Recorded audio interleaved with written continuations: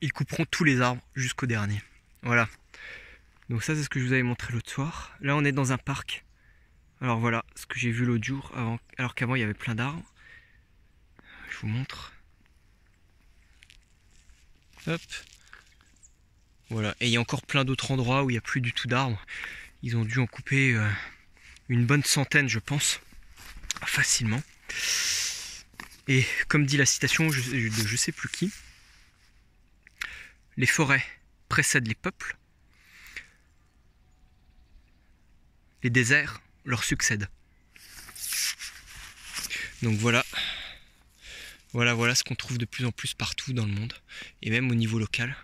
Donc on critique la déforestation en Amazonie, on critique ce qui se passe à l'autre bout du monde, mais à côté de chez vous, hein, comme dirait le film, à côté de chez vous, c'est exactement la même chose. Et même encore moins loin qu'à côté de chez vous, parfois même la plupart des particuliers coupent des dizaines d'arbres, enfin des dizaines, ça dépend combien ils en ont, mais coupent beaucoup d'arbres chez eux et après ils viennent se plaindre qu'on en coupe dans le monde. Mais comment dans le monde il ne pourrait pas se passer la même chose que ce que l'on fait soit à petite échelle, à échelle locale, à échelle familiale, à échelle personnelle? C'est impossible. Donc moi quand je vois ça, bon j'ai vu ça il y a 2-3 jours, et je vous le dis direct, en général quand je vois ça, j'ai plusieurs émotions qui me traversent. La première étape, c'est que je suis assez choqué, ouais, je suis abasourdi, je sais pas quoi dire. Très rapidement, en fait, j'ai deuxième émotion qui arrive, c'est j'ai le cœur qui se serre, le cœur qui pleure, la gorge qui se serre aussi. Parfois j'ai des frissons dans tout le corps. La chair de poule, on pourrait dire. Très rapide, donc à ce moment-là, je suis assez triste. Je me sens assez effondré. Et j'ai même envie de mourir parfois. Je me dis, mais comment vivre dans un monde aussi peu évolué? Comment est-ce qu'on peut en être encore là, en 2018, dans notre société? Mais j'en ai ras-le-bol de vivre dans une société de débiles, d'arriérés. Je comprends pas. Enfin si, on peut comprendre très facilement. On va pas analyser maintenant, j'ai pas envie. Mais on peut le comprendre tout à fait. Mais qu'est-ce qu'on est arriéré? Comment est-ce qu'on peut avoir des centaines de milliers d'années d'évolution et en être encore que là? Je me demande même si on régresse de plus en plus même d'ailleurs. Voilà.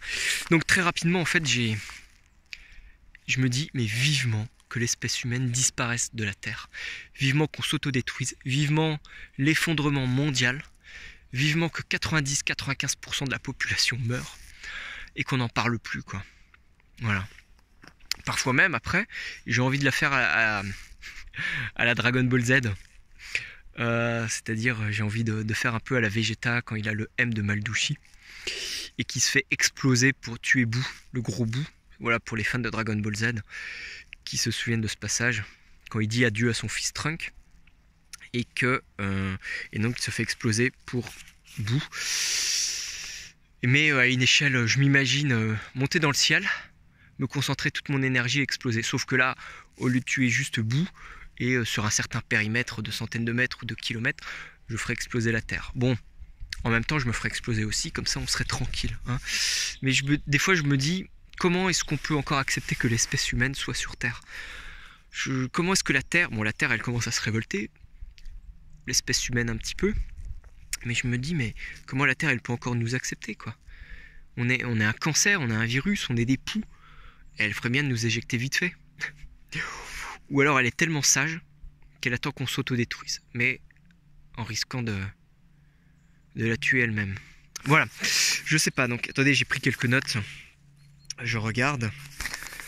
Donc c'est ce que je disais, un peu les 4 émotions qui me viennent à l'esprit. Et mais vraiment ça me fait mal au cœur moi de voir ces arbres. J'imagine, pour moi quand je vois ça, mais j'ai l'impression d'être sur un champ de bataille, un champ de guerre, un petit Verdun quoi. Il y a des tranchées, il y a des arbres, vous voyez? Là en fait, qu'est-ce qu'il reste? Il reste des arbres. Mais quand je vous dis des arbres, en fait il reste une rangée, toute une rangée, là comme ça, toute une rangée et à chaque fois il y a un seul arbre qui sépare. Je ne sais pas exactement ce qu'il y a derrière, il y a un autre terrain plein d'herbes en fait, voilà. Et vierge en fait je crois. Et en fait donc on coupe, et ça on le voit surtout au bord des routes et à de plus en plus d'endroits, c'est-à-dire qu'on coupe, enfin il y a des petits bouts de forêt ou des bosquets qui restent, donc tout petits. Quand vous passez au bord de la route, vous croyez que ça va assez loin, que c'est assez profond, que c'est une grande forêt. En réalité, il n'y a que quelques rangées d'arbres sur peut-être quelques centaines de mètres ou quelques dizaines de mètres. Et en fait, ce qu'ils font de plus en plus, c'est qu'au bord de la route, ils vous laissent une rangée d'arbres et derrière, en fait, ils coupent tout. Comme ça, quand vous passez en voiture, parfois vous vous en rendez pas compte. Et ça, mais ils le font à de plus en plus d'endroits. C'est dingue, j'en peux plus, moi, quand je vois ça. Rien que de vous en parler, là, je sens la colère qui monte. Je me sens pris dans le plexus solaire, ça me monte dans le cœur. Et là, ça commence un petit peu à chatouiller, à se croquer. Et je sens que je dois me calmer. Je vais faire une grande respiration.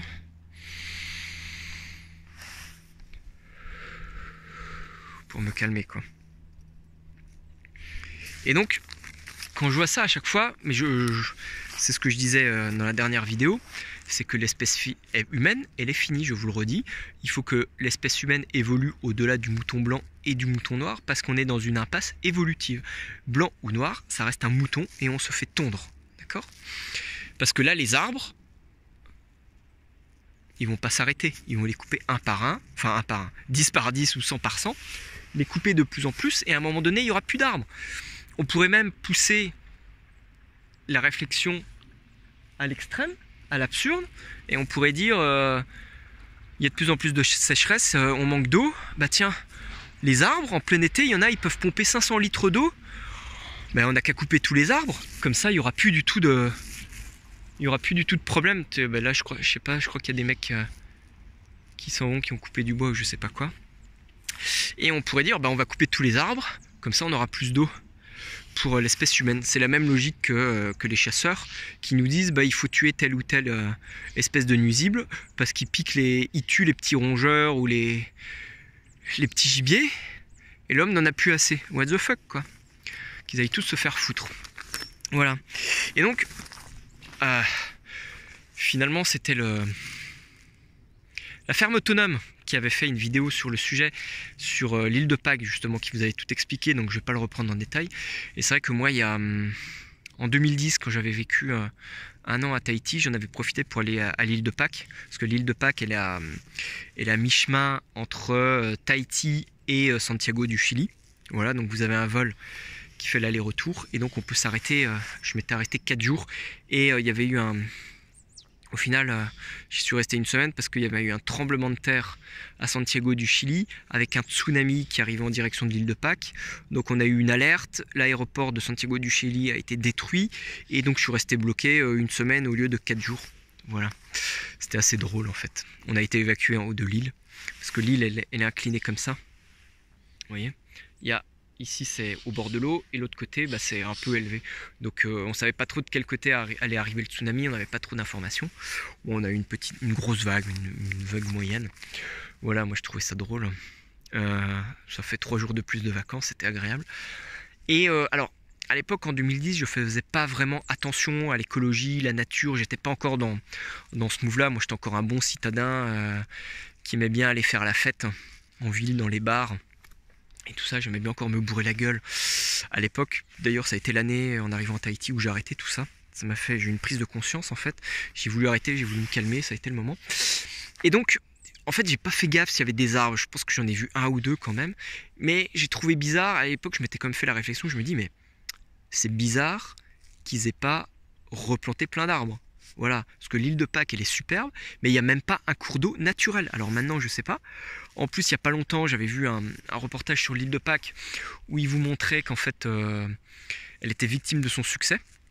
Et donc il pensait à diminuer à limiter le tourisme, hein, comme des villes maintenant comme Dubrovnik, Venise, les 5 terres en Italie. Enfin, il y a de plus en plus d'endroits où ils ont des problèmes avec le tourisme de masse. Moi, je pense qu'il faudrait limite interdire le tourisme de masse, quoi. Maintenant, c'est tellement le tourisme de masse, enfin le tourisme partout est devenu tellement abordable à tout le monde. C'est devenu tellement du low cost, d'une certaine manière, que ça bousille tout, quoi. Les gens, les locaux n'arrivent même plus à vivre dans leur ville, dans leur village. Ils sont obligés de virer à cause de Airbnb. Alors Airbnb, ça a du bien, mais ça a surtout du mal, quoi.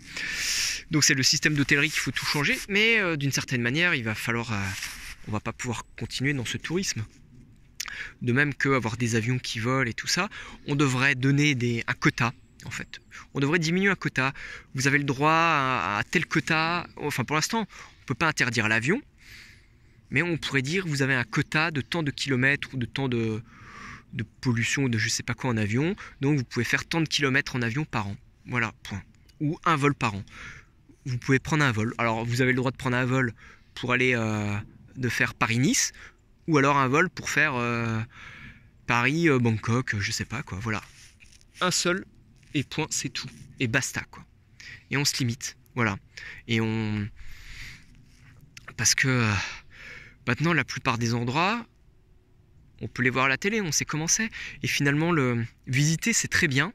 Mais faire du tourisme de masse, comme la plupart des gens font, où ils y vont pour consommer... Non, mais moi, vous êtes comme moi, vous avez dû rencontrer des gens, ils vous disent qu'ils sont partis à l'étranger dans tel pays, mais en fait, ils sont restés dans l'hôtel ou au Club Med. Alors, c'était comment la Tunisie ou je sais pas quoi? Oh, je sais pas, je suis resté au bord de la piscine dans l'hôtel. Ah, ok. Donc, t'as fait des milliers de kilomètres pour aller à l'autre bout du monde, enfin Tunisie ou Thaïlande ou où vous voulez, hein, et t'es resté dans ton hôtel, mais tu pouvais aller au Club Med dans le sud de la France, c'était aussi simple. Voilà, donc les gens, mais ils sont complètement teubés, quoi. Et ça, c'est... Mais c'est fatigant de vivre avec des débiles, quoi. Quand vous êtes en permanence avec des débiles... Bon, on est tous le débile d'un autre, mais il y a quand même des débiles profonds. Et on est dans un monde de plus en plus bête. Ça me fait penser au film Idiocratie. Ce film-là, c'est un copain qui m'a dit de le regarder, c'était il y a 5 ans, en 2013. Je l'ai regardé, je regarde le film. Alors c'est une série B, c'est un film un peu ennuyant, pas super. Le mieux c'est de voir la première scène, la scène d'introduction. Et ça suffit à comprendre tout le film en fait, ou plutôt à comprendre tout ce qui se passe dans notre société. Je ferai une vidéo parce qu'il y a des films que j'ai envie d'analyser, comme le film Soleil Vert, V pour Vendetta, ou je sais plus ce qu'il y avait d'autre comme film que je voulais vous analyser. Enfin pas en profondeur, mais voir les messages derrière et ce qui se passait. Soleil Vert c'est mon film préféré, il n'a pas très bien vieilli quand même. Voilà. Il y avait L'Âge de Cristal aussi, peut-être encore plus vieux. Qui sont géniaux. Je regarde toujours autour de moi, là, le soleil se couche. Si je parle assez longtemps, vous le verrez, je sais pas trop. C'est toujours beau derrière à ce moment-là. Et je sais plus, parce que comme d'habitude, je me perds dans mes discussions. Et donc les gens sont de plus en plus débiles. Et on voit bien le QI qui baisse et tout ça. Alors, il y a effectivement l'intelligence intellectuelle qui disparaît, qui est réduite à néant. Mais il y a aussi, à contrario, l'intelligence du cœur qui augmente. Je vois bien, ou alors c'est moi qui suis plus ouvert, peut-être des deux aussi, mais je vois comme de plus en plus de gens qui sont dans la bonté, la gentillesse et tout ça. Donc ils ont cette gentillesse du cœur, mais ils ont cette gentillesse du cœur. Cette intelligence du cœur, qui est bien plus importante que l'intelligence intellectuelle du cerveau, mais et c'est difficile, le mieux c'est d'avoir un équilibre entre les deux. Moi j'ai surtout une intelligence intellectuelle et beaucoup moins une intelligence du cœur. Enfin en tout cas, j'ai moins l'intelligence du cœur quand il est question de partager, d'échanger, de vouloir donner, de prendre du temps avec les autres, je sais. Ça j'ai beaucoup de mal, mais ça c'est lié à ma peur du manque par exemple. Voilà. J'aime bien vous dire ça comme ça. Donc il n'y a pas... J'essaye de ne pas vous donner une leçon, hein, voilà, j'essaye plus de vous donner à réfléchir dans les vidéos, j'espère que ça fonctionnera. Là j'entends les petits oiseaux, c'est tout joli. Il n'y a personne qui se balade dans le parc. Mais voilà, donc moi j'ai l'impression, quand je vois ça, j'ai l'impression de voir un génocide. Pour moi c'est Verdun, c'est un champ de bataille. Ou pas un champ de bataille parce que les arbres ne se sont pas défendus. Alors ils ont dû s'envoyer des signaux les uns entre les autres quand ils ont commencé à se faire couper, quand ils ont vu les mecs. Mais... bon, ils ont communiqué par leurs feuilles, par toutes les substances qui s'envoient. Et aussi par leur réseau internet sous la terre, qui est beaucoup plus développé, qui est autant, voire beaucoup plus développé que ce qu'on voit. Hein. C'est un peu l'iceberg, relié entre eux par leurs racines et par les microfilaments des champignons. Voilà, les arbres. Quand on lit maintenant sur les arbres, c'est dingue quand même. C'est dingue tout ce qu'on peut lire. Tout ce qu'on découvre, et j'ai vraiment de la compassion pour les arbres. Quand moi, le moment où je me sens le mieux, c'est quand je suis en forêt. Voilà, quand je me promène, j'ai une portion où je suis en forêt et après je suis dans le parc. Et la portion où je suis en forêt, déjà il y a moins de monde, on croise moins de gens, c'est plus calme.